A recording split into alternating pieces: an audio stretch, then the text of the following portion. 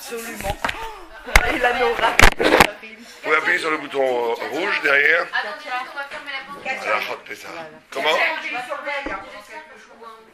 Qu'est-ce qu'on voit? C'est pas grave. Quand vous voulez. Bien, Enregistrement. c'est bon. Regardez, ça fait 1, 2, 3, 4, 5, c'est tout. Enregistrement. Amen. Et les secondes défilent. Très bien. Alors on y va. Alors on va essayer de faire. On a une grosse sœur. Ceux qui sont fatigués au milieu peuvent partir, ne vous angoissez pas. On va donc essayer de finir toutes les halachot Pessah ce soir. Vous allez être plus savantes que vos maris. Et vous saurez absolument tout des halachot Pessah. Enfin, pas absolument tout, mais beaucoup de choses, on va dire. Donc on va commencer depuis le début. C'est pas grave, même s'il y a des choses au début qui vous concernent moins, qui concernent plus les hommes. Mais au moins vous saurez ce qu'il faut faire. Vous pourrez même dire à vos maris ce qu'il faut faire. Et ne pas faire. Et ne pas faire. Donc on va commencer par les halachot Bdikat Hametz. Donc la nuit du 14 Nissan. La nuit du 14 Nissan, c'est-à-dire la veille la nuit d'avant le Seder, c'est-à-dire cette année effectivement le jeudi soir, puisque cette année Pessah c'est le vendredi soir, d'accord.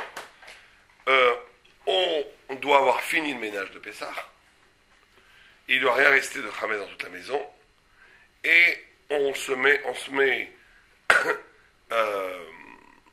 et on doit aussi, bien entendu, faire attention à ce que nos cartables et nos valises et nos sacs n'aient pas de Hametz. Parce que très souvent, il y a du Hametz dans les sacs. Et des enfants. Les cartables des enfants, principalement. Et miettes, le biscuit et le gâteau. Oui, la voiture. Et le sac d'aspirateur. Et la voiture. Et la voiture. Et la voiture.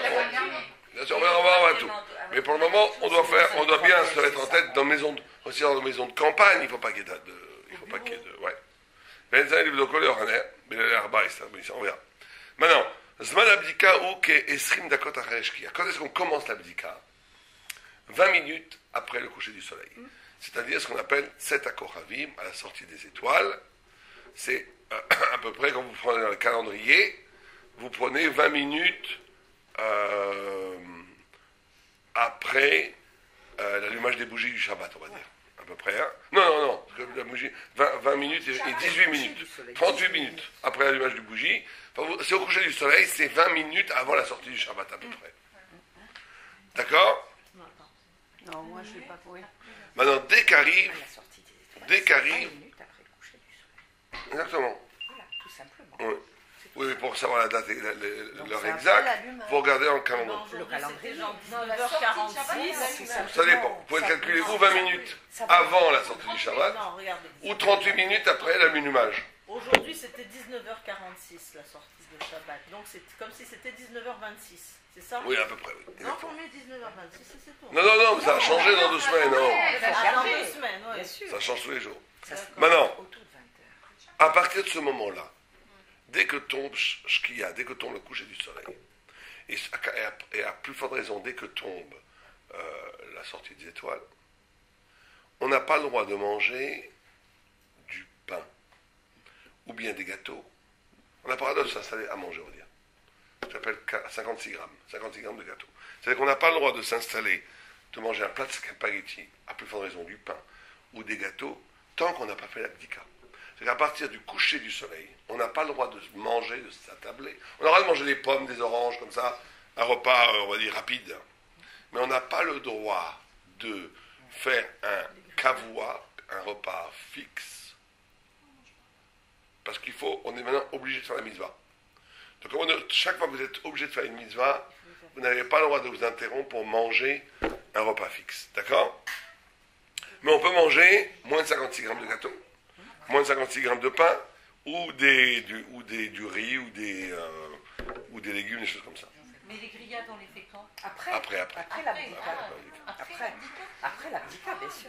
Bien entendu. On ne peut pas se mettre à table avant. Ça n'a pas de À sens. sur la latrine, on n'a pas le droit non plus de commencer un travail.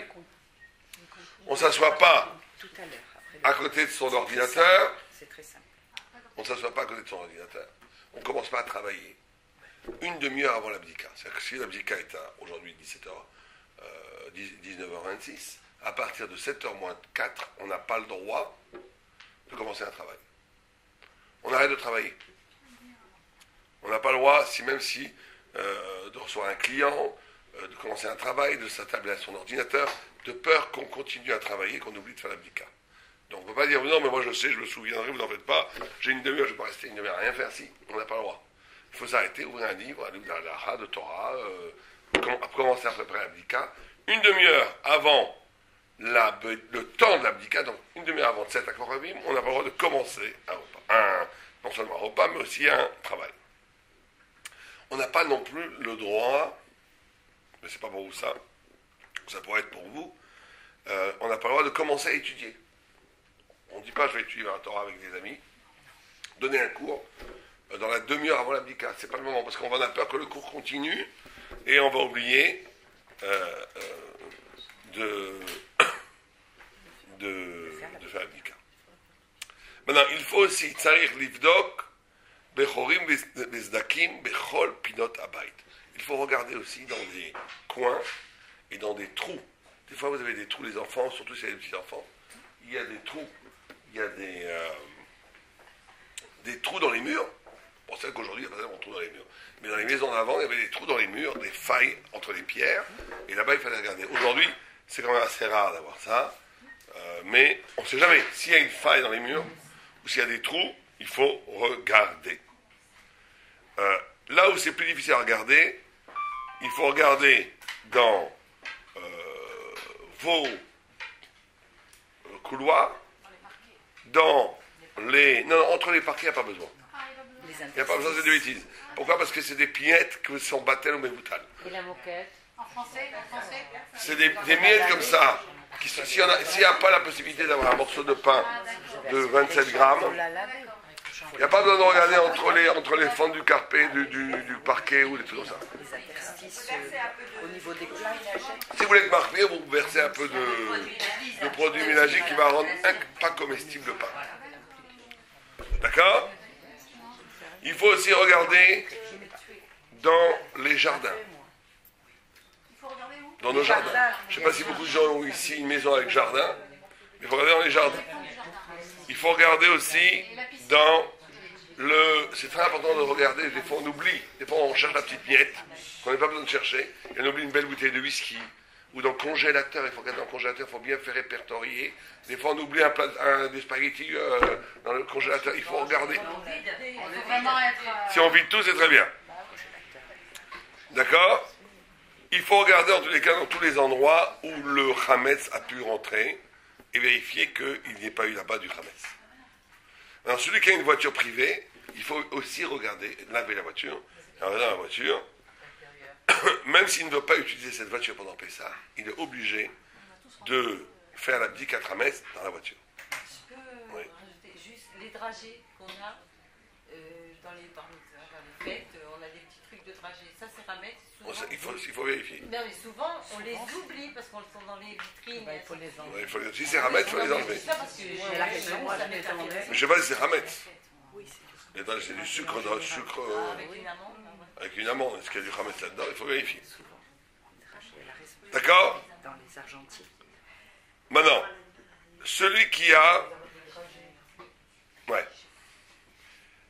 Maintenant, il ne fera qu'une seule bracha. Il va faire la bracha chez lui. Imaginons que quelqu'un a 2 ou 3 appartements dans le 16e. On n'en a pas comme ça. On n'en a pas comme ça chez Israël. Mais quelqu'un qui a sa maison principale, sa garçonnière, son lieu de bureau, ça lui fait déjà 3 appartements. Sa cave à vin, et sa Rolls Royce, et sa Mercedes, et sa petite Fiat. Il est obligé de tout vérifier partout. Non, il ne fera qu'une seule bracha dans la maison, avec la kavana d'aller après vérifier dans la soirée tout. Il ne fera pas une bracha par maison, ni une bracha par voiture, ni une bracha par bureau. D'accord? Il fera une seule bracha pour tout. D'accord? Même s'il y a une grande distance entre les maisons, même s'il y a une grande maison, une grande distance, disons que c'est dans la même soirée, donc c'est un peu compliqué. Imaginez quelqu'un qui a une maison à Deauville. Ça, par contre, ça va être assez court. Comment vous faites ceux qui ont des maisons à Deauville? Ou en maison de campagne? Vous n'avez pas le droit. Ou bien il faut vendre la maison. Il faut vendre toute la maison avec la maison. Il faut la vendre. Non, mais on vend ça marche cette histoire de vente qu'un mois avant. Donc là, c'est déjà trop tard. Là, c'est déjà trop tard. Et dites-moi, Pas la vente du Hametz, la vente de la maison. mais il faut faire le ménage. Hein? Faire le ménage. Il faut faire le ménage si c'est un mois avant. Si c'est un mois avant, Voilà, il faut faire le ménage. si c'est un mois avant, vous pouvez vendre la maison et tout le Hametz. Mais si c'est pendant le mois de la Hametz, si vous êtes déjà obligé de faire le ménage, maintenant, et vous ne pouvez pas juste vendre le Hametz. Il faut vendre le Hametz en vendant la maison. C'est ça qu'on peut trouver. C'est comme vendre le Hametz. Il faut faire la vente du Hametz comme on vend le Hametz. Mais c'est un peu compliqué parce qu'on a peur que les Rabbanim ont peur que vous arrivez en plein Pessah là-bas, sans que le ménage ait été fait. Donc un mois avant, il n'y a pas de problème. Un mois après, pendant le mois, c'est compliqué. Bien, on verra ça. On va voir ça dans les détails. Maintenant, il y a un minag. C'est pas une obligation, mais c'est un minag de mettre 10 morceaux de pain dans différents endroits, ouais. Mais c'est important que chacun fasse moins de 27 grammes. Ah bon? Oui, pourquoi? Quelqu'un sait pourquoi? Non, moi je l'ai fait. Moins de 25. Non, c'est pas pourquoi on peut brûler plus de 27 grammes. Pourquoi est-ce qu'il faut que ce soit moins de 27 grammes? Oh, de peur qu'on oublie alors. Or, on enfreint l'interdiction tramesque qu'à partir de 27 grammes. Donc si tu oublies, tu as oublié un morceau, c'est pas très la fin du monde parce qu'il fait moins de 27 grammes. Donc le minag, c'est de mettre 10 morceaux de pain qui font chacun moins de 27 grammes, de les retrouver, de les brûler le lendemain matin, mais si on n'en retrouve pas un, comme ça arrive assez souvent, au moins on ne sait pas, vous voyez, dans la mesure où moins de 27 grammes ne tombe pas l'interdiction de posséder du Hametz. Enveloppé De la Torah. De la Torah. Et c'est le bonheur des enfants de les chercher. Bah oui. Maintenant, quelques sous. Ou des petits cadeaux. D'accord. S'il n'en a pas trouvé un, tu n'es pas obligé de faire la folie du minage. Tu fais le bitou, tu te reposes sur le bitou, et c'est pas grave. Maintenant, Et qu'est-ce qu'on en fait quand on le retrouve le lendemain? il faut le brûler Mais dans les toilettes. Non, mais pendant Pessah. dans les toilettes, Dans les toilettes. avec un chinois, parce que c'est bouxé. Même si c'est comme ça. Ouais. Si c'est Yom Tov, on met quelque chose dessus, on attend la fin du Yom Tov, et après Yom Tov, on le jette dans les toilettes. Abdika tzricha liyot leor haner Shabbat. L'abdika doit être à partir d'une bougie de cire. Mais on n'a pas le droit de faire avec une torche. D'accord? Et s'il a fait avec une torche, il n'est pas aussi, il faut qu'il revienne, qu'il refasse. D'accord? Maintenant, est-ce qu'on peut faire avec une pile électrique, avec une lampe électrique? Oui. Une petite. Il faut que la cire elle tombe. On peut faire Bidi Eved. C'est pas le mieux, c'est pas le top. Mais celui qui n'a pas de bougie peut faire avec une petite lampe électrique, avec un faisceau lumineux comme ça, assez concentré. Il peut même faire la bracha avec ça. Il fera la bracha, même s'il n'a qu'une lampe électrique et qu'il n'a pas de bougie. Mais c'est que dans le cas où il n'a pas de bougie. S'il a une bougie, il vaut mieux faire avec la... Mais peu importe la bougie. Peu importe, non, il faut pas que ce soit une bougie tressée. Une bougie tressée, c'est pas bien. Non, Oui. Une bougie avec une seule flamme. Sinon, tressé, c'est comme... Là, pas bon parce que ça fait comme si c'était une torche. Une torche, c'est pas bon. Parce que la lumière part comme ça. Alors qu'une bougie simple, la lumière est concentrée. On doit les chercher partout dans tous les coins. D'accord? Maintenant,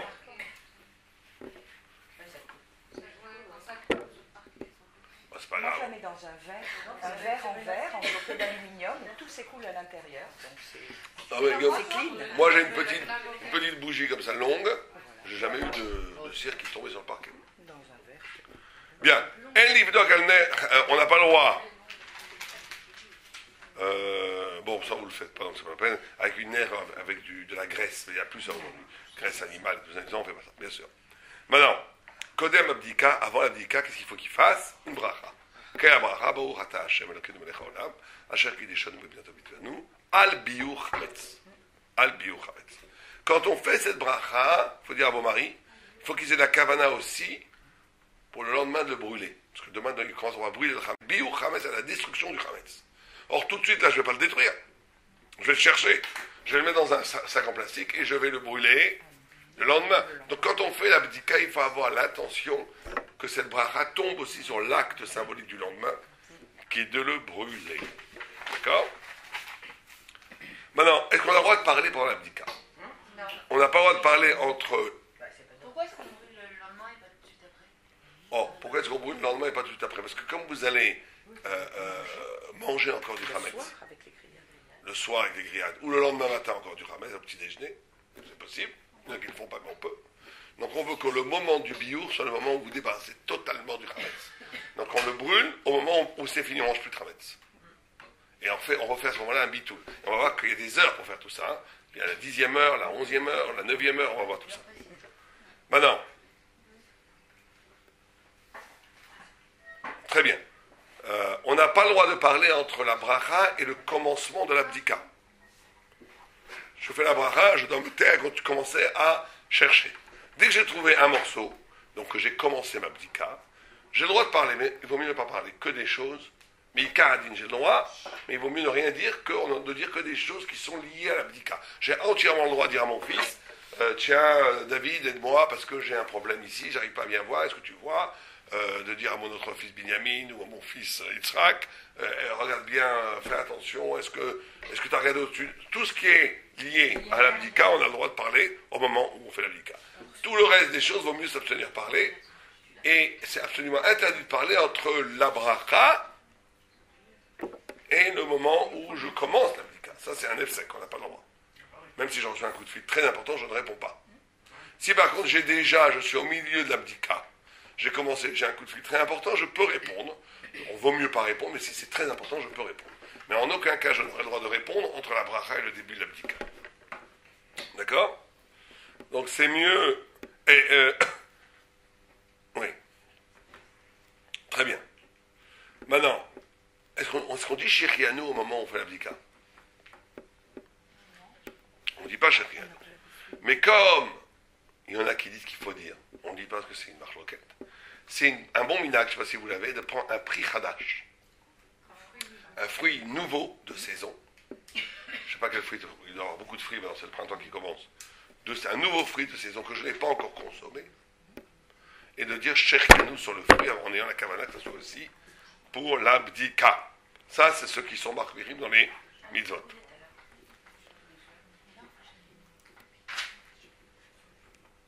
Donc on a dit une seule bracha peut tomber sur plusieurs maisons. Et on ne considère pas que la marche entre les maisons soit un nefsek.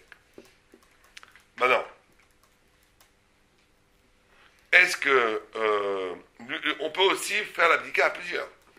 Si on a un grand château, une grande maison, je ne peux pas faire tout ça tout seul. Donc je fais la bracha devant mes fils et devant mes amis, ou devant même des gens de travail qui sont juifs.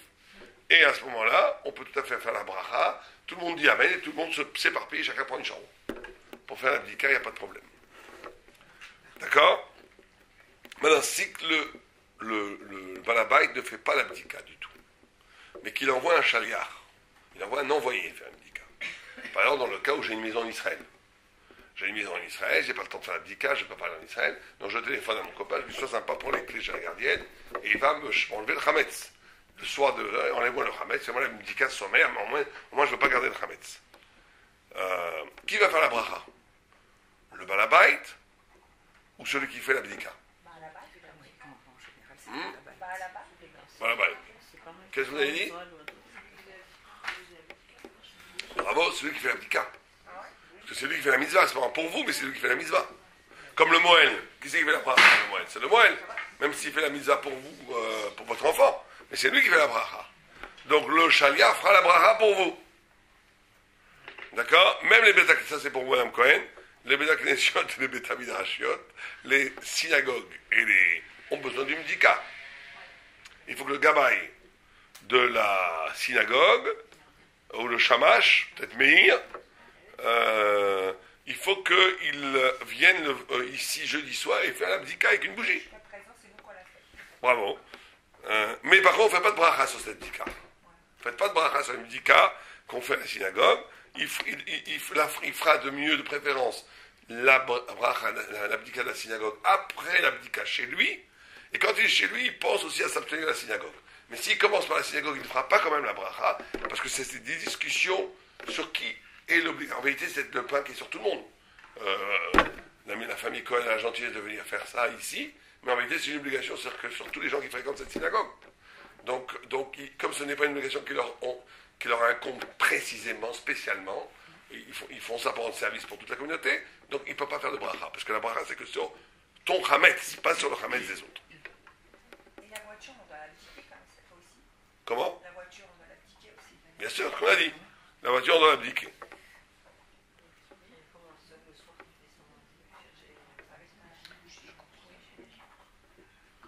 Maintenant, après l'abdika, il faudra qu'il fasse ce qu'on appelle le bitoul du soir. Il y a 2 bitouls, un le soir, un le matin. Et il dira Kol Chamira Deka Verishuti. Je vais vous traduire ça parce qu'il faut bien comprendre. Kol Chamira, c'est quoi Chamira? Ah, il faut apprendre votre bitoul. Non, Kol Chamira, c'est-à-dire tout le pain. En vérité, le Chametz, vous avez raison. Deika, c'est quoi Deika? Qu'il y a Berishuti dans ma possession. Delo chazité, mais delo biarte. Mais quoi, c'est quoi delo chazité? Que je n'ai pas vu. Chazita, chazité, comme le creuset de l'oubli. Vedelo biarte, que je n'ai pas détruit. Liftil, qu'il soit battel, comme si je n'accorde aucune appropriété. Il sort de ma propriété. Mais là, avec un phrase araï, qu'il soit comme la poussière de la terre. C'est le phénomène très étrange de Bitoul. C'est que de la Torah, les rabbanan n'ont pas voulu que ça soit. Mais de la Torah, je pouvais garder tout cramé, pas faire rien du tout. Garder le whisky chez moi, tout impeccable. Juste faire un bitoul. Dire cette phrase et je suis tranquille.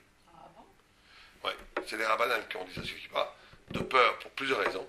De peur que, il y en a qui disent, c'est de peur que tu arrives à manger du chametz si tu viens avec du chametz. Une deuxième raison, de peur que ton bitoul ne soit pas sincère.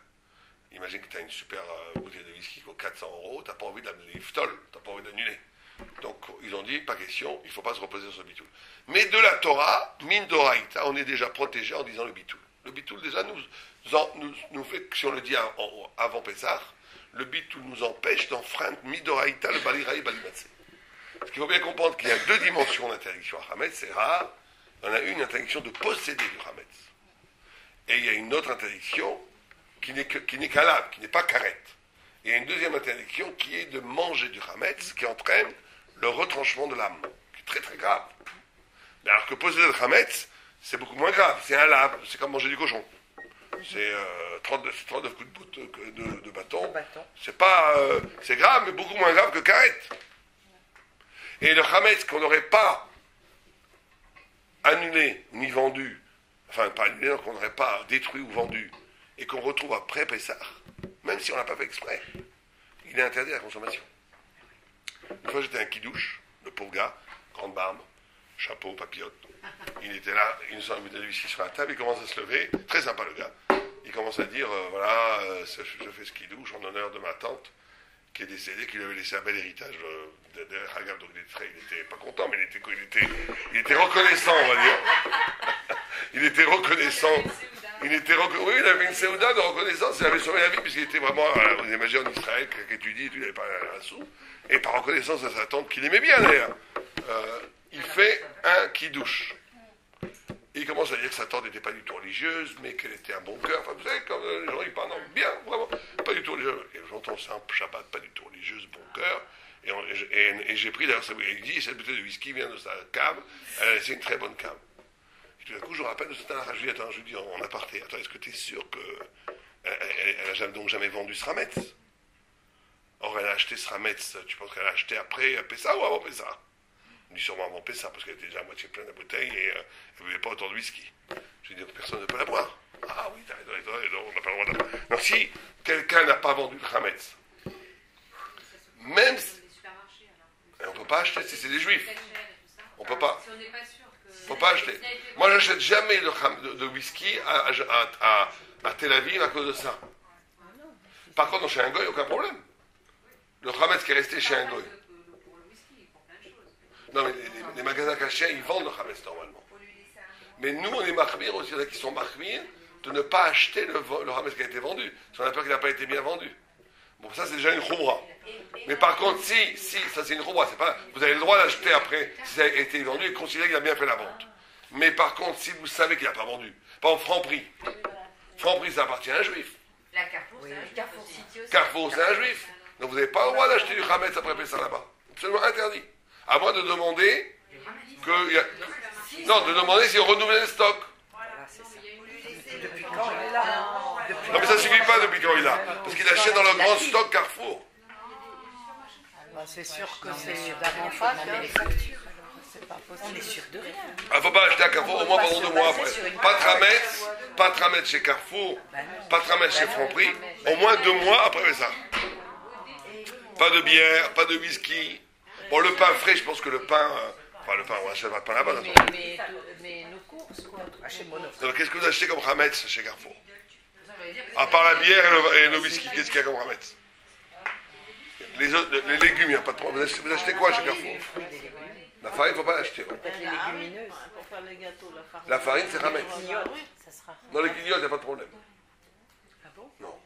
Les quignottes, c'est pas une Non, interdiction. mais après, il y a des stocks qui sont là, des stocks qui n'ont pas été vendus. Donc le problème, c'est la farine, la bière, le whisky. Farine, bière, whisky, vous n'achetez pas chez Carrefour ou chez... Après, mais ça. Non, le sucre, il n'y a pas de problème, le sucre. Il n'y a pas de tramesse dans le sucre. Sucre... Mais les spaghettis, oui, c'est un problème, les spaghettis. Ouais, c'est compliqué. C'est compliqué. Bah, vous achetez ça comment il s'appelle Leader Price. C'est moins classe, mais au moins, c'est sûr que c'est un gruy. Bon, on y va. Un chingoy, d'accord. Il ne faut pas acheter chez des... Ah, d'accord. Que j'ai... Ouais. D'accord. Oui, un goy, il a le droit d'avoir du rametz. Donc vous pouvez acheter. Non, non, chez un goy, il n'y a pas de problème. Mais chez un magasin qui appartient à un juif et qui n'a pas vendu son rametz, c'est ça le problème. D'accord, d'accord. Peut-être qu'il a vendu le rametz pour qu'on le pénalise. Il ne peut pas le vendre parce qu'il le vend pendant Pessah. C'est ça le problème. Il le vend pendant Pessah, les rayons sont pleins de spaghettis, plein de bière qui est vendu pendant Pessah. Il n'a pas le droit. On n'achète pas chez On va lui envoyer un courrier recommandé. Mais je comprends le pauvre gars ici. Si tous les carrefours commencent à ne plus vendre de rametz pendant Pessah, il va se faire descendre. Mais c'est ça, il n'a pas le droit. Il n'a pas le droit. Donc ce qu'il peut faire, si c'est un homme religieux, il vend tout son rametz à un goy, il lui donne des parts fictives dans son association, et il dit tout ce qui est vendu pendant Pessah, c'est pour toi. Moi, je veux rien, je veux pas un sou de la vente des spaghettis pendant Pessah, ni de rametz. Ça, il pourrait. Je ne sais pas si c'est un religieux, je ne sais pas s'il fait ça. Mais il y a une façon de faire que ça passe inaperçu. Très bien, on y va. On suppose qu'il fait très bien. On a un minag, je ne sais pas si vous le faites vous, de dire 3 fois le bitou. De dire 3 fois le bitou. D'accord? Pour que ce soit définitif.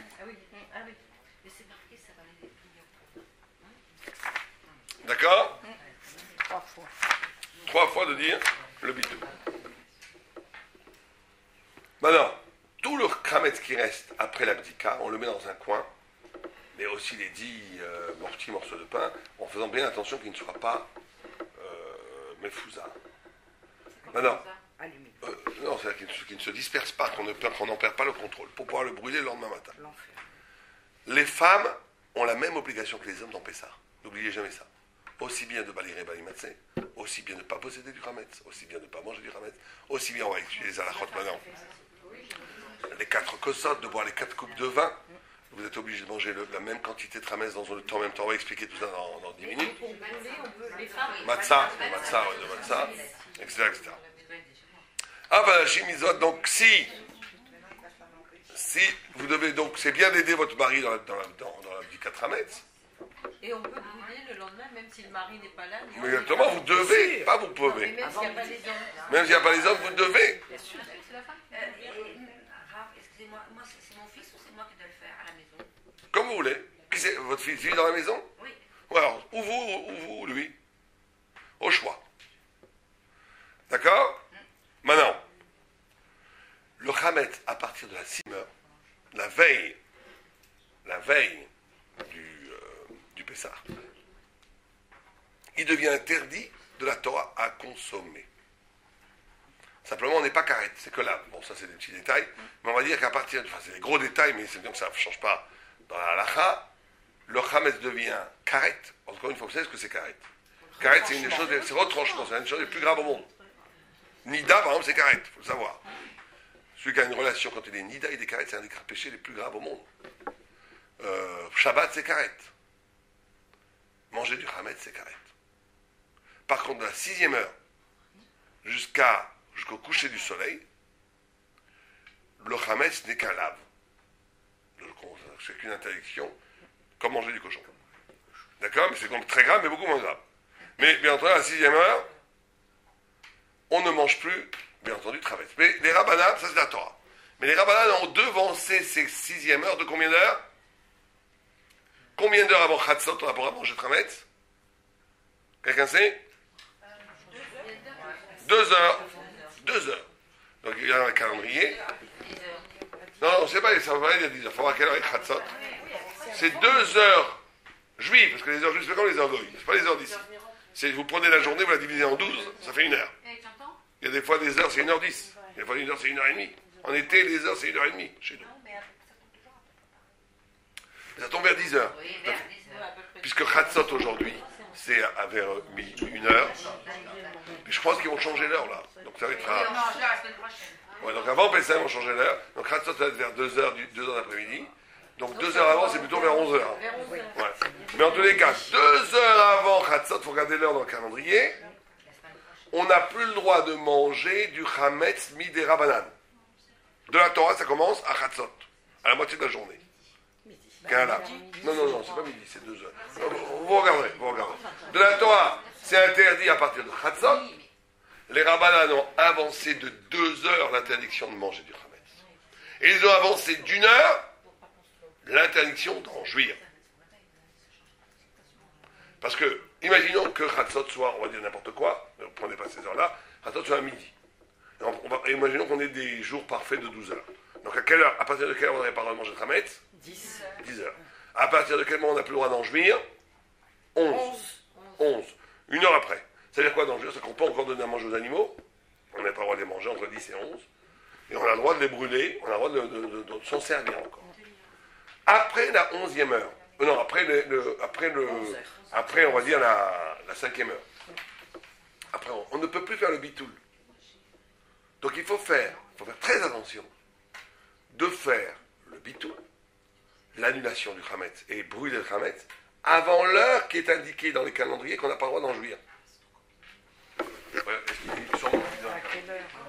vais vous donner la vraie heure. Ah, ça c'était le bitoul du soir, donc refaire un bitoul le lendemain matin. D'accord. Vous comprenez ce que je dis ou pas?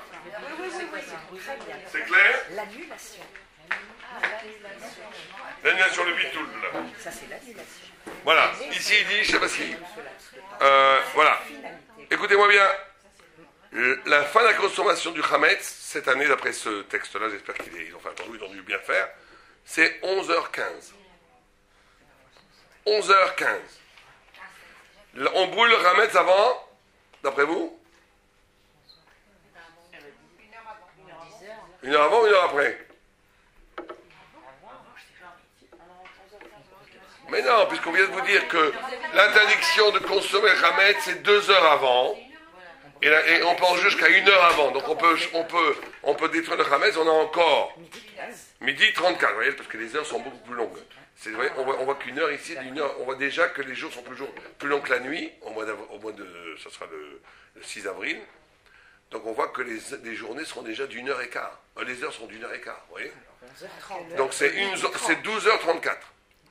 Donc il faut brûler le Chametz avant 12h30, avant 11h, avant midi et demi. D'accord. Il faut arrêter de le consommer avant 11h15. C'est clair? Très clair. 12h34. Vous retenez midi et demi. Dernier quart pour brûler. Mais en général, on n'a plus de Chametz à la maison. Qu'est-ce qu'on peut consommer quoi? Des petits morceaux d'aluminium. Il faut les brûler. Oui, on doit les brûler. Mais manger, on ne peut rien manger. Le matin, on mange. Moi, je mange du Chametz le matin. Vous avez encore à la maison? Bien sûr. Bien protégé, je vais sur le jardin, le balcon, on mange le Chametz. On en profite jusqu'au dernier moment.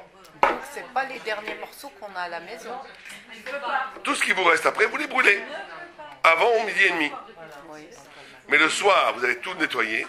Non, vous n'êtes pas obligé de manger du Chametz. Mais vous avez gardé les 10 morceaux, plus le Chametz, vous allez manger le lendemain matin. Ah, d'accord. Et ce qui reste après votre petit déjeuner, D'accord. vous le détruisez Donc par le les feu. 10 morceaux plus qu'on pourrait manger. Exactement. D'accord, moi je pensais que... Maintenant, le matin, après avoir brûlé le Chametz, on refait un autre bitoul qui est différent. Alors Après le fait de brûler. D'accord? Maintenant, c'est très important de bien se laver les dents, ça peu de gens le font, de se brosser les dents à fond les ballons, avant, On brosse Changer les les dents et on brosses jette à les dents. brosses à dents. Voilà, ou vous jetez ou les fil cheveux. dentaire, parce que dans les interstices interdentaires, On se brosse les dents à fond les ballons avec du fil dentaire, etc. pour que là aussi il n'y ait plus de ramettes. Parce qu'à partir de 11h15, on n'a plus le droit de manger de ramettes. Donc on n'a plus le droit d'avoir des bouts de ramettes dans la bouche. Excusez-moi l'expression. Donc il faut... Maintenant, le matin, si on n'a pas de feu, si le matin, on n'a pas de feu, imaginez qu'on n'ait pas de feu. Imaginez que le matin, il n'y a pas de feu. Qu'est-ce qu'on fait? Alors, comme c'est une marque entre Rabbi Yehuda et les Rabbanan, d'après Rabbi Yehuda, la seule façon de faire bio Khametz, c'est qu'avec le feu. Mais dans la Kha, elle est comme les Rabbanan, qu'on peut jeter le Khametz sur la Seine. Vaut mieux pas le mettre dans la poubelle. Vaut mieux le jeter à la Seine, même dans les toilettes, et tirer les toilettes. Ou mettre de l'acide, ouais, et le jeter après dans la poubelle. Non, au Brédor, chez vous c'est dangereux. On peut le faire s'il n'y a pas d'autre solution, mais c'est pas terrible. sur une terrasse, dans un petit coin, Sur le balcon, bien non? prévu pour ça. Les balcons, fenêtres, mais pas à l'intérieur. Moi, je l'avais mis dans le panier. Bien sûr. En métal, ouais. C'est symbolique. Hein? Sinon, dans les toilettes, non. Si vous n'avez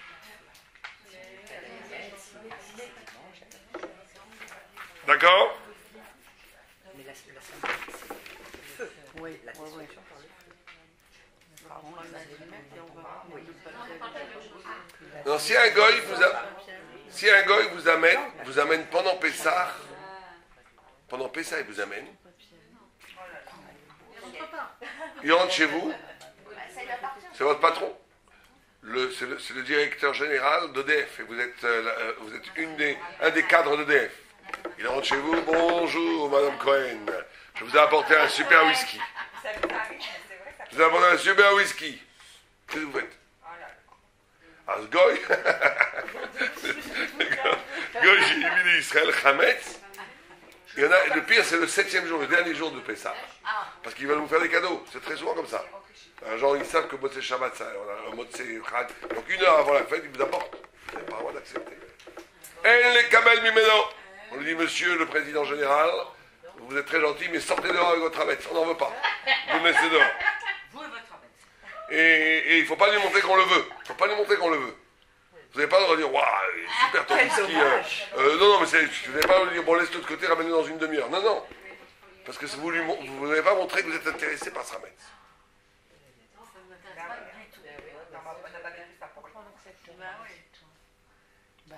On peut lui expliquer. Ou avoir un patron. Alors, quand vous vendez votre Hametz, il faut d'abord très bien le faire avant du Hametz, faites très attention. Et je vous déconseille de le faire si vous n'avez pas des... Si c'est possible de ne pas vendre Hametz, c'est mieux. Donc, si vous le vendez, il faut faire attention de ne pas vendre avec ça les kelim. Ça veut dire, ne vendez pas votre vaisselle. Parce que si on a une vaisselle, après il faut refaire tout au mikvé. Alors, la catastrophe, vous imaginez, toute votre vaisselle, il faut la remettre au mikvé. Donc ne vendez pas votre vaisselle au goy.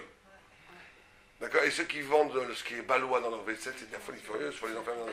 Il y en a qui sont marmires de vendre ce qui est intégré dans les kelim. Le chametz qui est... Non, les tuyaux peut-être. Le chametz qui est à l'intérieur des kelim. Il y en a qui font ça, mais laissez tomber, c'est une bêtise. C'est qui serait resté incrusté? Non, chaque fois que vous cuisez des pâtes, et dans la Torah, quand vous cuisez quelque chose, le goût est incrusté dans les parois. C'est pour ça que je n'ai pas le droit de cuire dans une casserole d'un goy à manger. Pourquoi c'est propre? Parce qu'il y a quelque chose qui... Il y a une sorte de fragrance de chose qui est dans les parois. Il y en a qui vendent ça au goy. La vaisselle est dans un placard. Des assiettes. Et c'est tout. C'est tout. Faut pas la vendre cette vaisselle. Voilà. Faut pas vendre cette vaisselle. Il y en a qui font la bêtise de vendre cette vaisselle. Dès que vous l'avez vendue, d'abord vous n'avez pas besoin de la vendre. C'est pas du chametz. Et en plus, dès que vous l'avez vendue, après vous êtes obligé de la mettre au mikvé. Si vous n'êtes pas au mikvé, vous faites une affaire beaucoup plus grande. Faut pas vendre la vaisselle. On vend pas la vaisselle. La vaisselle on est dans un placard. On écrit l'eau cachée les Pessah, on ferme, shalom aleichem. Il n'y a pas besoin de vendre quoi que ce soit. Vous n'êtes pas obligé de vendre des placards où il y a le... Il ne faut pas vendre tous les placards où il y a la vaisselle. Non. Il faut vendre que les placards où il y a du chametz. Si vous vendez le chametz. Tu fais l'intitulé, je vends le chametz, c'est dans le placard. C'est tout. Non, mais vous êtes obligé de vendre le placard aussi. Parce que quand vous vendez le Hametz, vous ne pouvez pas vendre juste le Hametz. Il faut vendre aussi l'endroit où lequel est reposé le Hametz. Si on met les ustensiles dans le placard et là, Oui, mais le fait que vous avez dedans les casseroles, peut-être qu'il y a un temps de dire qu'est-ce que tu fais chez moi. Il va peut te dire pourquoi tu mets tes affaires chez moi. Donc là, tu vas tout vendre jusqu'à dans le placard. Donc il faut faire attention à ça.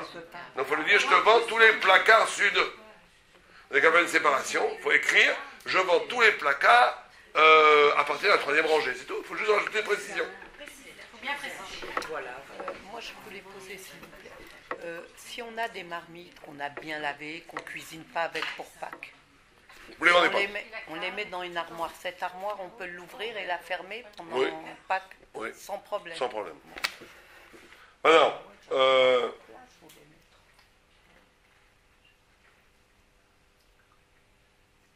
oui, ça c'est évident, je comprends que non. On a le droit de manger. Ah non, c'est pas évident. Regardez, c'est intéressant ça.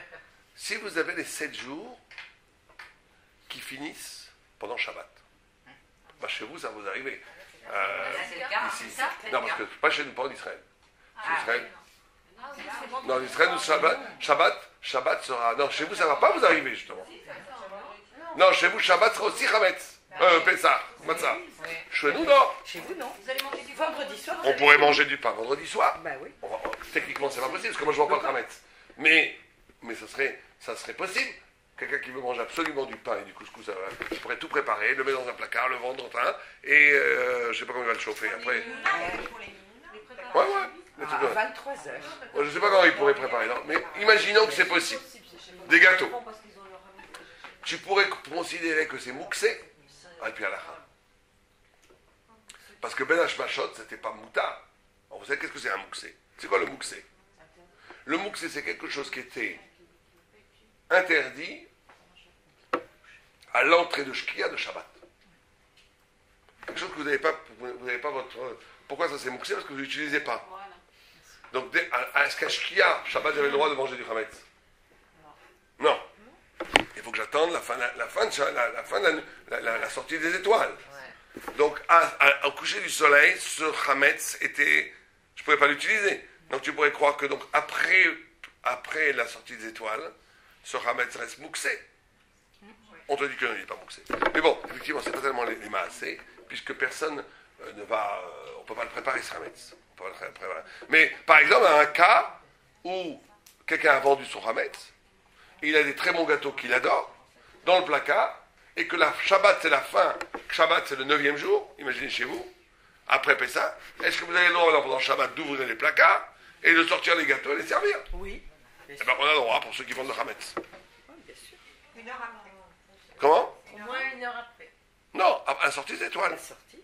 Non, mais 1 heure après, le temps que les rabbins doivent racheter le. Ou bien Shabbat ils ne rachètent pas, parce que c'est écrit. Ah oui, je ne sais pas comment ils font avec ça pour... Ils disent qu'il faut attendre 1 heure le temps qu'ils rachètent. D'accord. On peut remanger ce qu'on a. Bien, on a fini Bdika. Maintenant,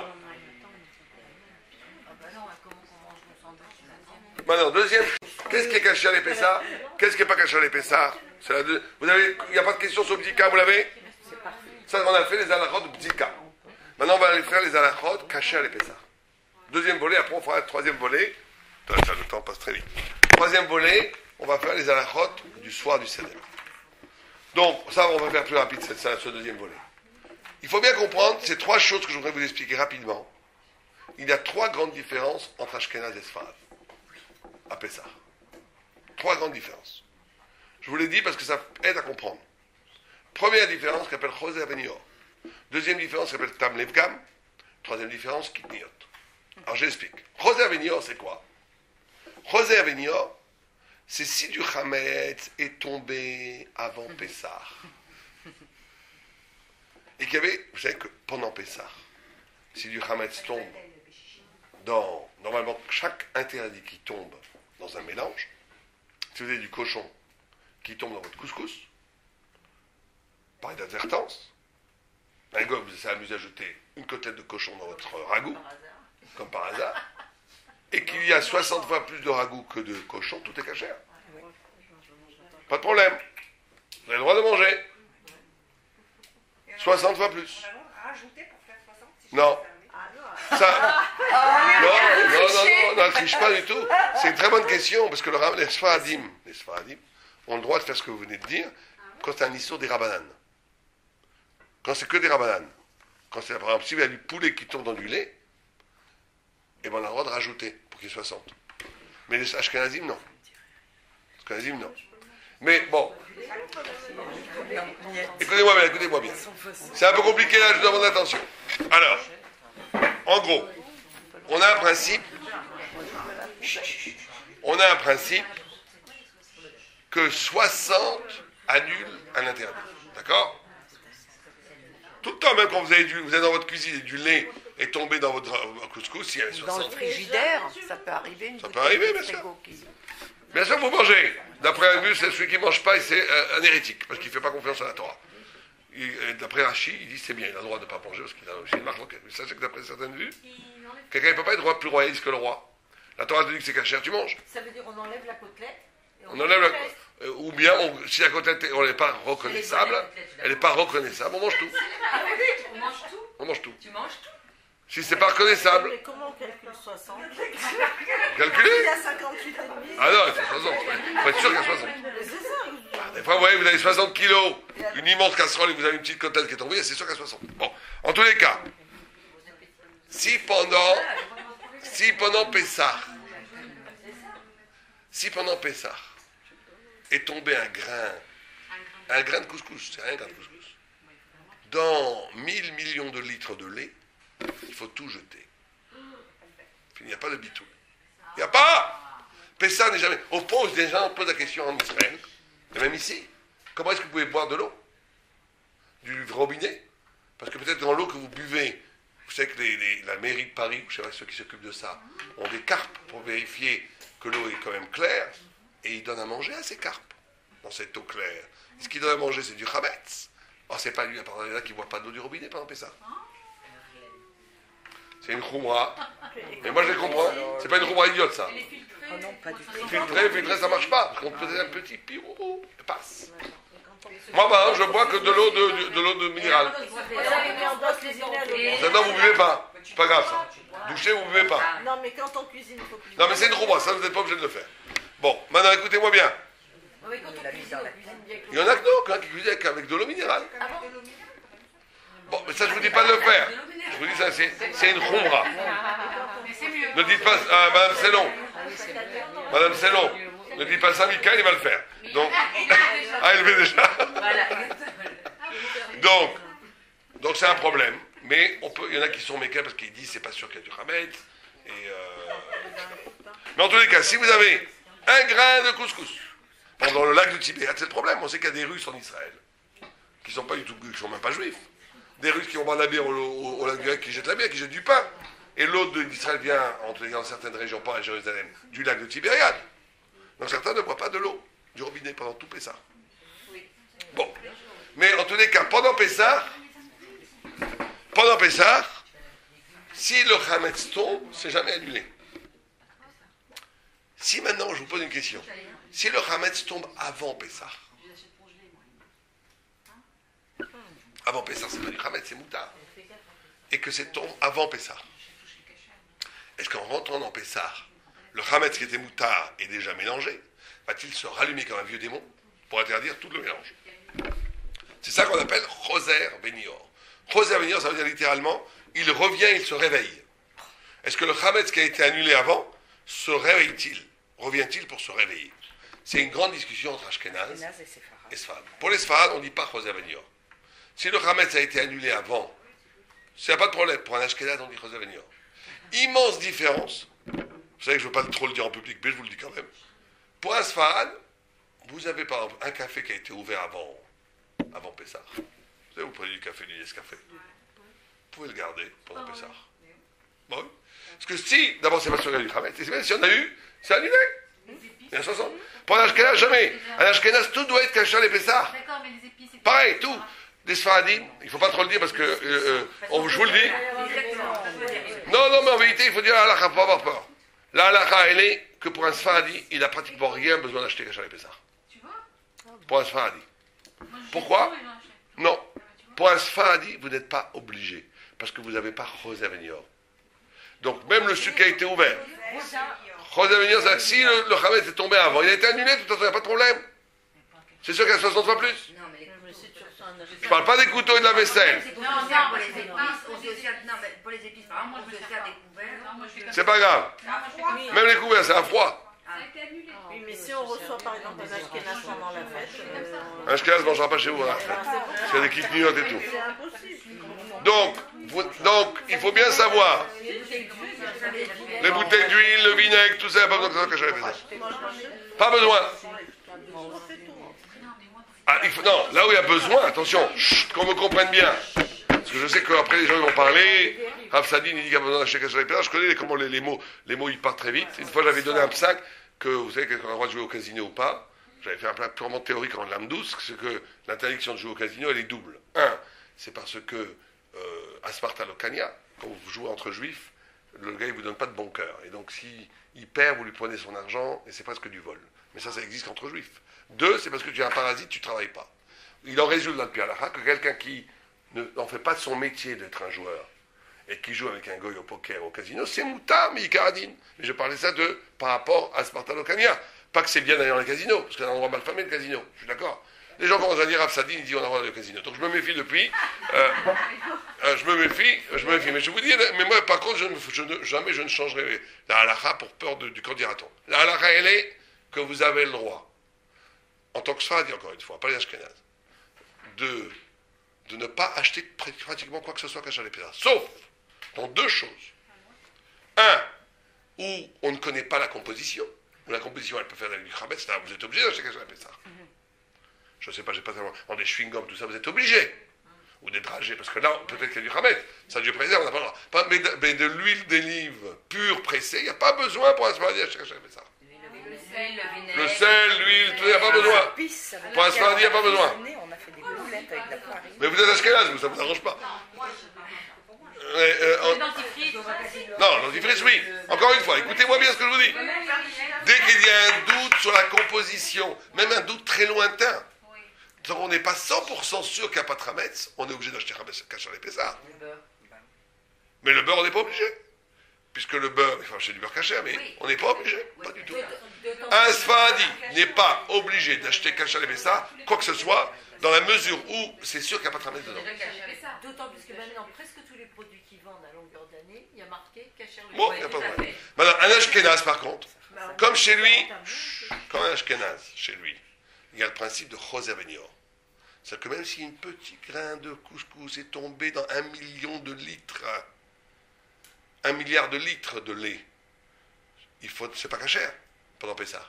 Donc il faut vérifier toute la fabrication des produits depuis le début. Donc tout doit être cachère les Pessah. Là où les Ashkenaz n'ont pas Rosé Avenior, c'est en liquide et liquide. Par exemple, le vin, ah non, mais il y a peut-être du solide qui est tombé dedans. Non, ils doivent tout acheter cachère les Pessah. Un Ashkenaz doit tout acheter cachère les Pessah.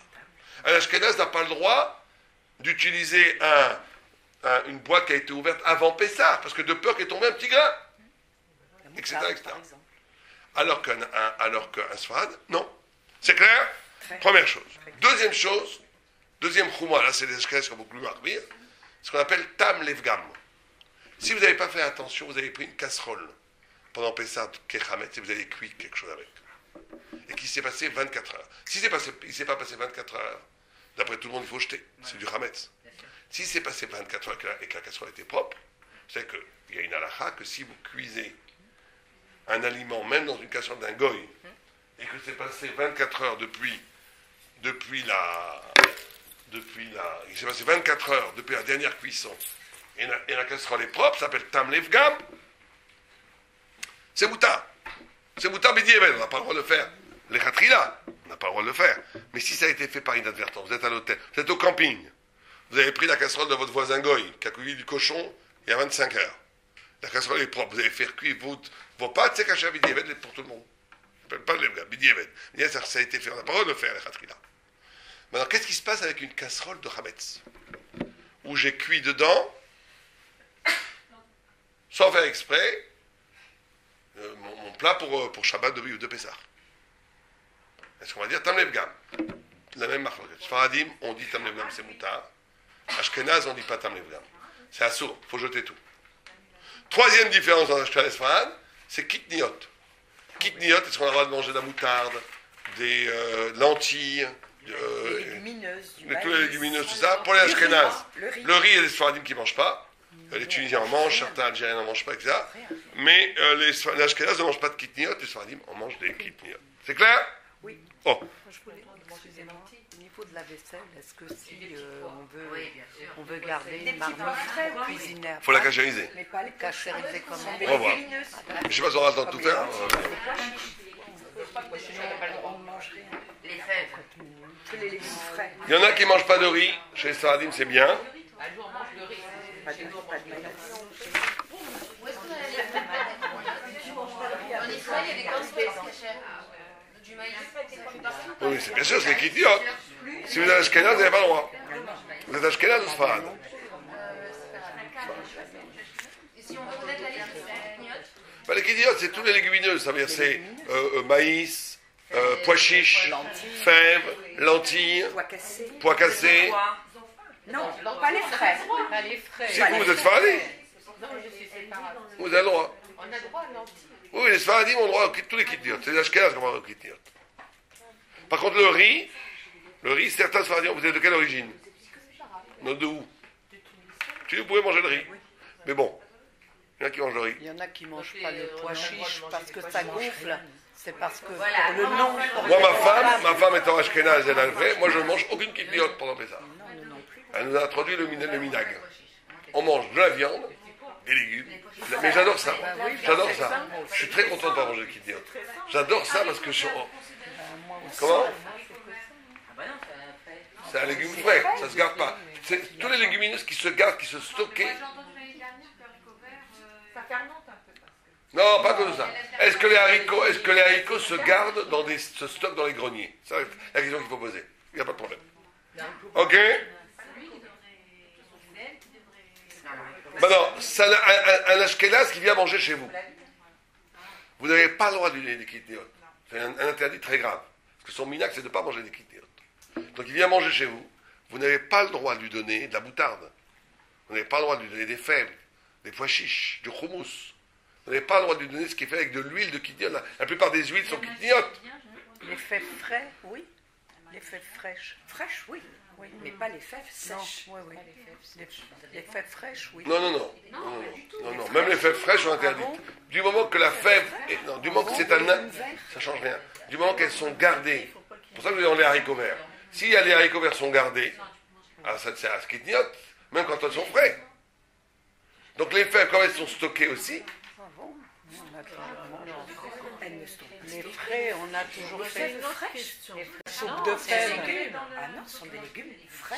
Des carottes, frais, des pardon. navets. non, les légumineuses, les fèves, ça rentre dans les pois chiches aussi. Non, les pois chiches, oui, mais les fèves fraîches, On non. inclut par exemple des fèves dans une casserole cachère. On les mange. Et qu'après, on reçoit des ashkénazes. On peut cuire dedans. Cuire dans la même casserole. Voilà une très bonne question de madame. De madame Girso. Girso. Très bonne question de madame Girso. On a dit qu'on n'avait pas le droit Bah oui. de donner des kitniotes à un ashkénaze. Maintenant, est-ce que j'ai le droit de cuire un steak pour un ashkénaze dans une poêle où j'ai cuit 1 heure avant des kitniotes? Alors, 24 heures peut-être. Non, on ne parle pas de 24 heures, même 5 minutes avant. On a le droit. Il n'y a pas d'interdiction de balois. Aucune interdiction de balois, même pour un ashkénaze. C'est-à-dire qu'un ashkénaze, est-ce que lui, il a le droit de le manger? je parle de ça, que oui. Un ashkénaze a le droit même de le manger. On peut le cuire. Et il peut même le faire lui-même s'il veut. Mais ça n'existe pas dans les faits parce que vous ne gardez pas vous n'êtes pas qu'idiote.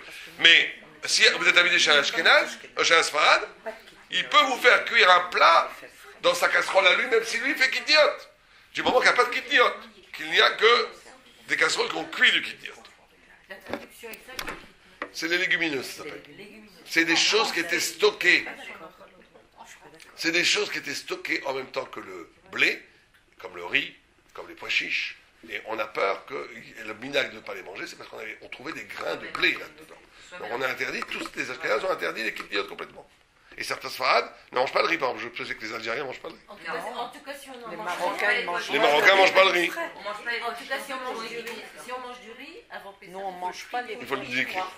Moi, même les pois chiches, je ne les mange Non, pas. on mange pas les pois chiches. Certains, les Tunisiens, ne mangent pas les pois chiches. Non. Ça s'appelle Ham. Mais bon, très bien. Et les lentilles aussi. les gâteaux. Les petits pois, C'est le symbole de Pessar, ce sont les légumes frais. Enfin, chez nous, On c'est les mange, hein, les fèves frais. On a toujours mangé. Maintenant, vous êtes Sfaradi, vous avez le droit, vous. Vous avez le droit de manger des fèves. Aucun problème. Mais si je reçois des assises de fête, je ne peux pas leur servir. Ah non, et non. Mais non, tu vois, tu n'as pas manger. C'est du riz. Appelle-toi, c'est du riz. Nous, on le mange Très bien.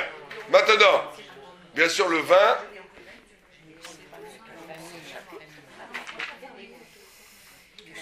on le mange pas.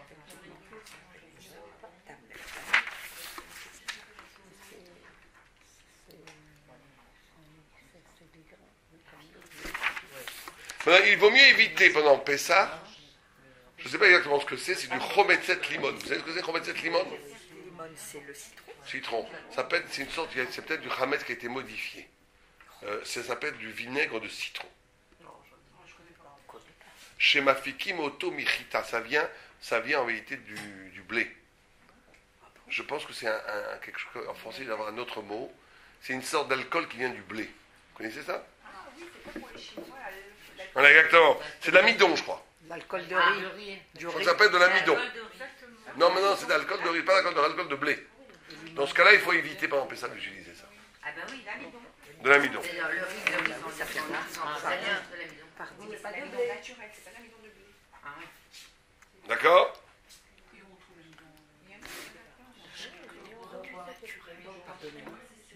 Il faut faire très attention de ne pas acheter des fruits secs avant Pessah. Parce que très souvent, la poudre blanche qui est dessus, c'est un mélange de farine et de sucre. Ou de sel. Et donc ça, c'est cramès gamour, ça. Ça, c'est vraiment, je sais pas, dans la rigolade. Il faut aussi la vendre ou la jeter. Tout ce qui est des fruits secs, poudrés, et même pas poudrés, des fois on voit pas la poudre, c'est du chametz. La plupart du temps, c'est du chametz. Donc il ne faut pas acheter cela, ni à plupart du temps, ne pas le consommer pendant Pessah. Ça, il faut un hercher de Pessah. Voilà, par un exemple, il faut un hercher pour ça. Tout ce qui a un doute, les chocolats, il faut un hercher. D'après moi, il peut y avoir du chametz dans du chocolat. Tout ce qui a un doute que dans la composition il y a du chametz, un sfaradi se devra d'avoir un hercher.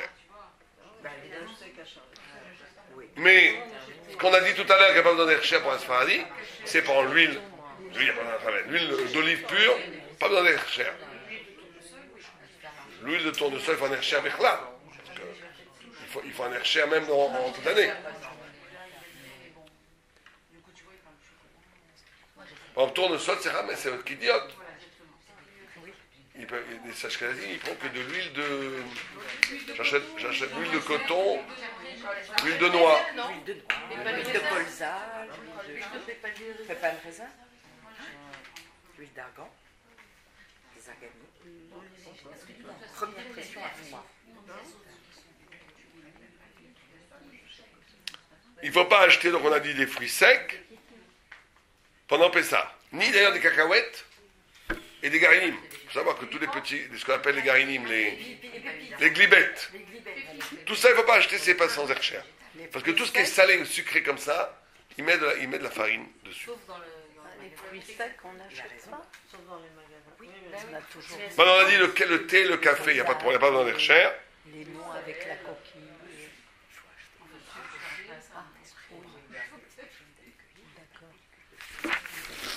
Bien.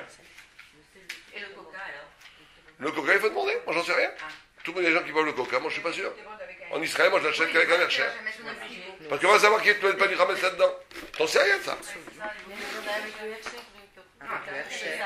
Oui. Oui, il y a marqué cachère de Pessah. Mais par exemple, le coca d'ail, il ne faut pas le boire, mais ça. Parce que je sais qu'en Israël, le coca normal a un hercher badatz, un bon hercher. Et le coca diet n'a pas de. Il n'a qu'un hercher à banout. C'est-à-dire qu'il y a un problème avec le coca diet. Moi, je vous conseille de ne pas boire de coca diet. Pas de coca light. Coca light. Plus en boire parce que c'est pas bon pour la santé. Maintenant, c'est très mauvais. Est-ce qu'on peut boire, est-ce qu'on a le droit de tremper la matzah dans la soupe? C'est pas une question de sfarad ashkenaz. C'est pas une question de sfarad ashkenaz. Il y en a qui sont marqués, qui ont peur qu'il y ait un petit coin de la matzah qui n'a pas été bien cuit, et en la mettant dans la soupe, ça va gonfler. Maintenant, la plupart des gens, la plupart des Sfarades ne sont pas marqués, la plupart aussi des Ashkenazes ne sont pas marqués. De la loi pure, on a le droit, il n'y a aucun problème. Simplement, ceux qui ont le minag de marquer, il faut respecter leur minag. Ce n'est pas un minag absurde, dans la mesure où c'est possible que la matzah n'a pas été complètement bien cuite à fond, et qu'il reste un petit grain invisible de farine pas bien cuite, et qu'elle va fermenter un peu dans la soupe. Alors, et quand on leur fait les kneidler? C'est vrai, c'est ceux qui mangent Gebrort. Il y en a qui s'en fichent de ça. Moi, je suis marqué sur tous en présence sur ça. Moi, je mets de l'eau, je trempe ma matzah dans le café, il n'y a aucun problème.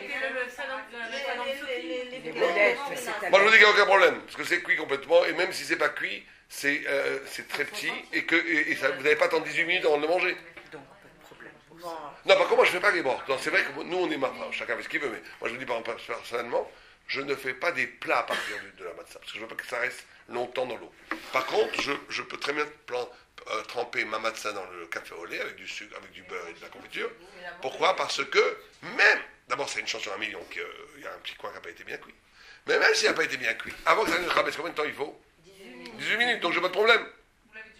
Donc je le mange, je l'ai avalé bien avant les 18 minutes. Mais par contre, effectivement, on ne fait pas des plats à partir dans l'eau, imbibés, qui restent des heures dans la matzah.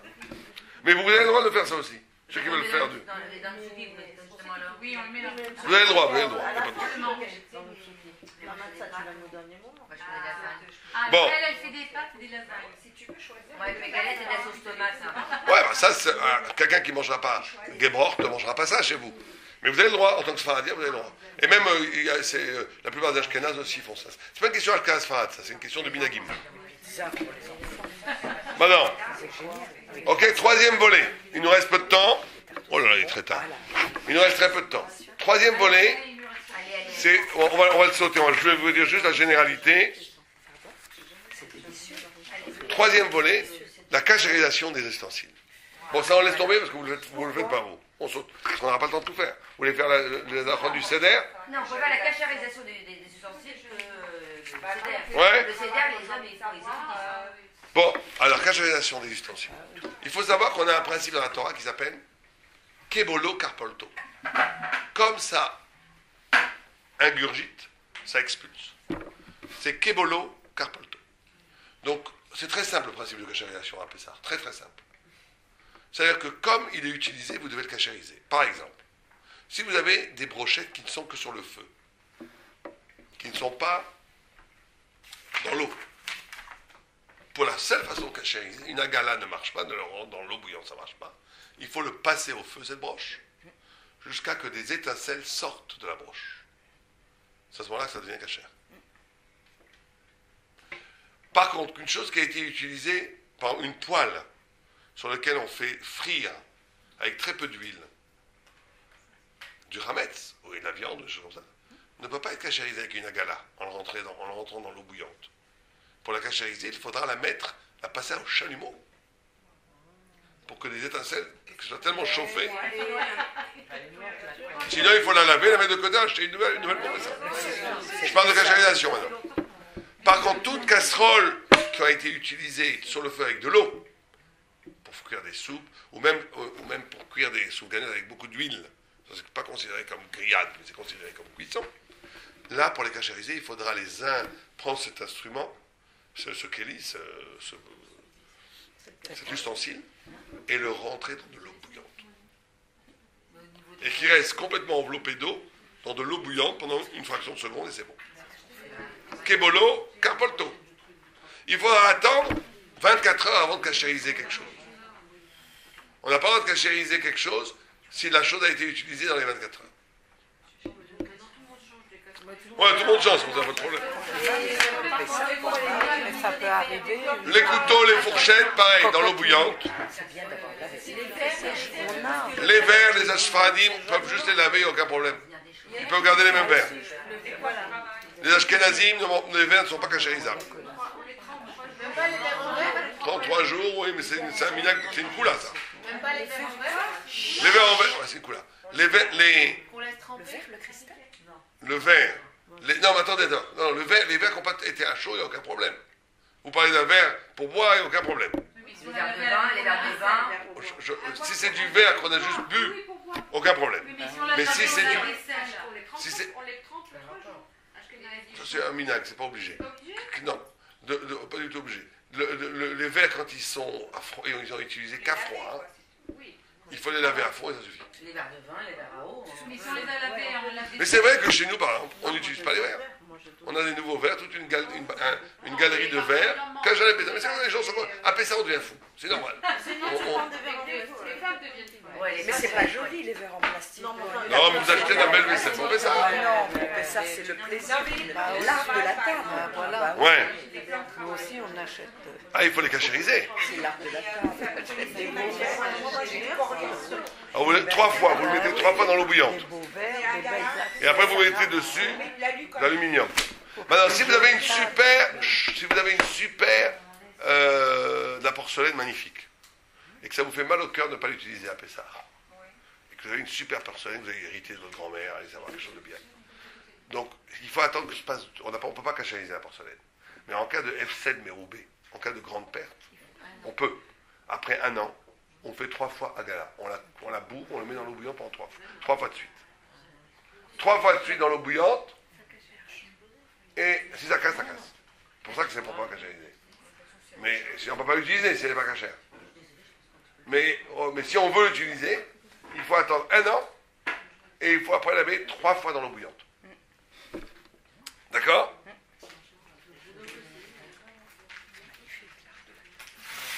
Une plata, vaut mieux en acheter une nouvelle. Plata, vaut mieux en acheter une nouvelle. On la recouvre. On la recouvre. On la recouvre d'aluminium. Si vous ne voulez pas en acheter une nouvelle, vous devez l'astiquer à fond les ballons. Mais des fois, il reste des... Non, mais des fois, il reste des...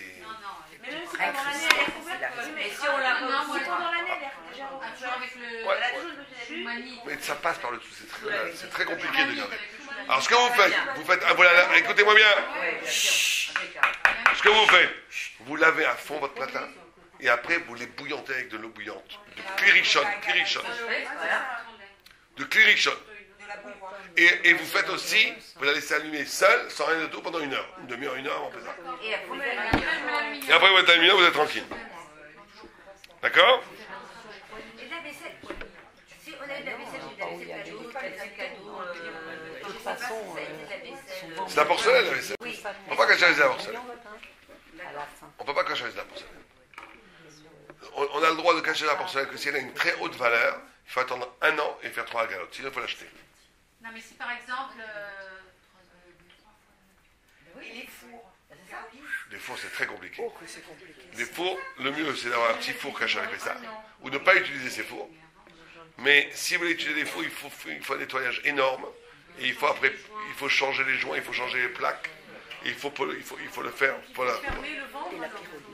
Pas vendre, pas vendre. Vous fermez ou vous achetez un petit four pour cacher avec ça. Ouais, ben la pyrolyse, c'est pas. Même si vous faites la pyrolyse, il faut changer tout ce qui va toucher les kélim. C'est-à-dire qu'il faut changer les. Comment on appelle ça? Les grilles. Mais ça peut rester. Les soutiens. Comment? Oui. Parce qu'il faut changer les grilles. Même si elles restent dans la pyrolyse. Parce qu'elles peuvent faire partie du nettoyage à l'intérieur. Oh, mais ça, c'est pas grave. On ne se repose pas sur une pyrolyse. Il faudrait du chalumeau et que ça crache de la flamme, ce qui n'est pas le cas dans la pyrolyse. Il y a des fours qui se mettent dans des fours. Ah bon? Je comprends pourquoi il y a eu des incendies à Pessah. Une explosion. Moi, j'ai un frigo que je mets dans mon frigo. Renseignez-vous. Ça vient d'Israël. Des fours que tu mets dans des fours. Je suis partie. Ça s'appelle la tagine. Une boîte en Muriel, c'est l'heure de se reposer, je crois. La vaisselle. Maintenant, ceux qui sont fatigués peuvent partir. Hein, ne vous sentez pas obligés de rester. Parce qu'on a dépassé largement l'heure. On est actuellement à 1h14. Hein. Donc, si vous avez... chacun peut partir quand il veut, je vous mets à l'aise. Maintenant, des ustensiles qui sont faits à partir du bois. Par exemple, une cuillère à bois. Ou bien qui sont faits à partir de pierre. Ou bien à partir d'os. Si vous êtes un peu zoulou sur les bords, On peut les cachériser. On peut les cachériser. Oui, il y a une légende comme quoi le bois ne peut pas être cachérisé. C'est faux. Tout le monde vous dit ça, le bois peut être cachériser. Ah oui, là, les couleurs céramiques. Comment Céramique, c'est comme comme la porcelaine. On peut pas cachériser. Voilà, tout simplement. Alors pour les Sfaradim, le verre n'absorbe rien. Porcelaine, oui, Le verre n'absorbe rien. Si vous avez par exemple des kélim, même que vous avez cuit, gratin et tout, vous pouvez les laver bien et utiliser la Pessah. Ashkenaz, on ne peut pas le cachériser. Oui, On met dans le bouillon, c'est ça On met dans le bouillon Non, il n'y a pas besoin d'eau bouillante. Le Pyrex, vous le lavez avec de l'eau froide bien ou de l'eau chaude, aucun problème. Mais les Ashkenazim, ils ne peuvent rien faire. Certains disent que les Ashkenazim peuvent à partir de 3 et bouillantoires le faire, mais bon, c'est une coula. Mais les Sfaradim, il n'y a pas de problème. Des kéli, bon, ça peut être radin, mais de l'aluminium, vous pouvez le cachériser avec une agala. Mais bon, on va pas... Maintenant, tout ce qui est les tables dans lesquelles on mange dessus, c'est très bien de les laver à fond, de les ouvrir et d'enlever tous les dans les interstices. Là, il faut par contre, quand ça touche à la nourriture, là, il faut même la miette, il faut la chercher. Il faut vraiment avec la brosse à dents, il faut enlever, qu'il n'y ait plus rien dans les rainures, rien du tout. C'est bien après débouillanter, même si une table en bois, ça marche, chaude. On va débouillanter, après le laver bien. Chaque fois après mettre de l'eau froide, n'oubliez pas, quand vous cachérisez quelque chose, après l'eau bouillante, on va mettre de l'eau froide. Ouais, comme ça c'est écrit. Après la gala, il faut mettre de l'eau froide. Et c'est mieux encore, si on veut encore être plus marmire, de rajouter dessus du papier aluminium. Ça vous êtes tranquille.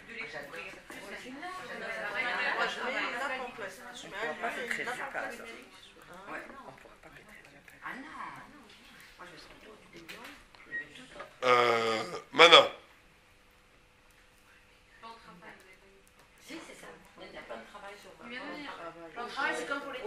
Le plan de travail, il faut les cachériser, bien entendu. Si on peut. Si c'est de la porcelaine. Non, plan de travail, c'est l'aggloméré. C'est quoi un plan de travail? C'est fait à partir de quoi? Si c'est du marbre, c'est de la pierre, on peut cachériser. Si c'est de la porcelaine, on peut pas. Non, c'est soit du stratifié, Si c'est en marbre, aucun problème. Si c'est en bois, aucun problème. L'inox, aucun problème. En faïence, c'est un problème. Donc, alors, ce qu'on fait, c'est très simple.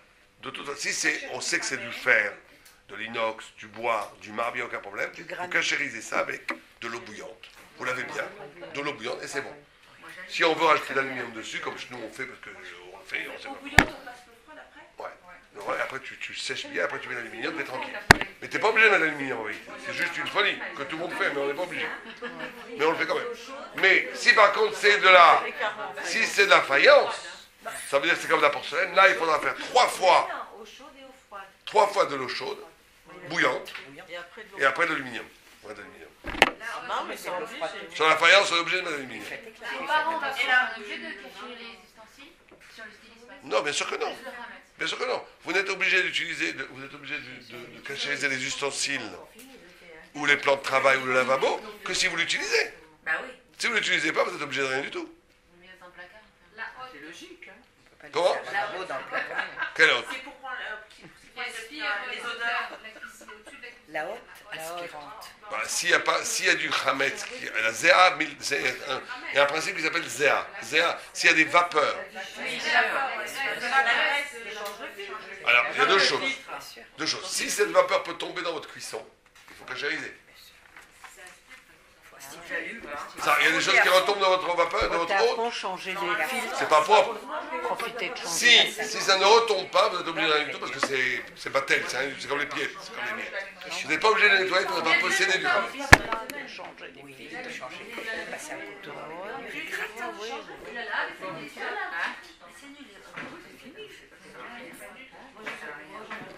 Maintenant, troisième volet d'Alaha, ne reste que ceux qui sont les plus courageux. Troisième volet d'Alaha. Alors, on n'a pas le droit de travailler Erev Pessah. Ça, il faut savoir. On n'a pas le droit de travailler la veille de Pessah. Après Chatzot. Il faut arrêter de travailler complètement. Ça pour deux raisons. Un, parce qu'on est obligé de préparer Pessah, c'est pas le moment de travailler. 2, c'est parce que comme c'est le jour où on a amené le Korban Pessah, je sais que le jour où on a amené un Korban, on n'avait pas le droit de travailler, c'était un jour férié. Quand vous amenez un Korban le jour de Pessah, vous n'avez pas le droit de travailler. Donc, comme le Korban de Pessah ne peut être amené qu'à partir de Chatzot, que midi, enfin, la journée, la veille de Pessah, on ne peut pas faire ça.